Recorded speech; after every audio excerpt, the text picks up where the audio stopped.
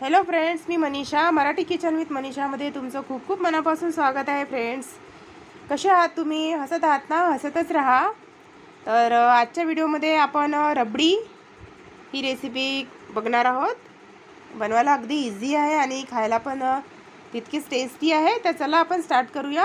मलाई रबडी बनवण्याकरता मी 1 लिटर फुल fat cream दूध घेतलेलं आहे. तुमच्याकडे जर पॉकेटचं दूध येत असेल तर तुम्ही ते यूज करा, किंवा मग तुमच्याकडे साधं गाईचं वगैरे दूध येत असेल ते सुद्धा तुम्ही रबडी करता घेऊ शकता. तर बघा, मी 1 लिटर दूध घेतलेलं आहे. हे तुम्हाला कंटिन्यू फिरवत राहायचं आहे आणि गॅसची फ्लेम तुम्ही मीडियम ठेवा आणि कंटिन्यू फिरवत राहा. आणि साईडला जी ही मलाई येईल ती तुम्ही अशी चमच्याच्या सहाय्याने काढून दुधामध्ये अशी मिक्स करायची आहे.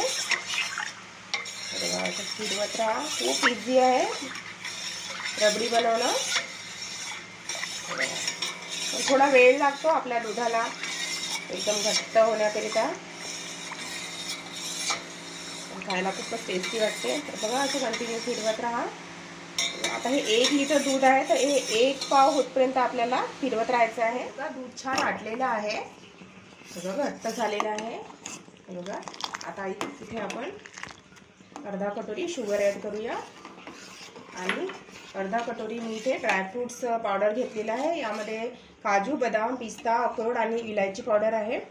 जर तुम्हाला कोणते ड्रायफ्रूट्स आवडत नसतील तर ते तुम्ही स्किपसुद्धा करू शकता. तर हे बघा, हे मी ड्रायफ्रूट्स इथे टाकून आणखी तुम्हाला 5 ते 10 मिनिट छान फिरवायचं आहे.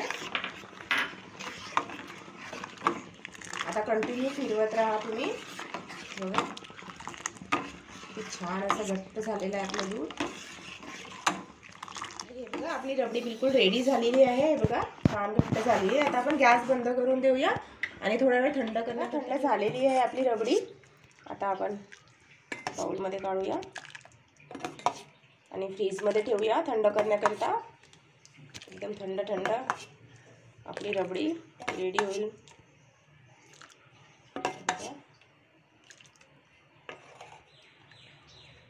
अशा प्रकारे रबडी बनवणं खूपच इझी आहे, फक्त थोडा वेळ लागतो बनवण्याकरिता.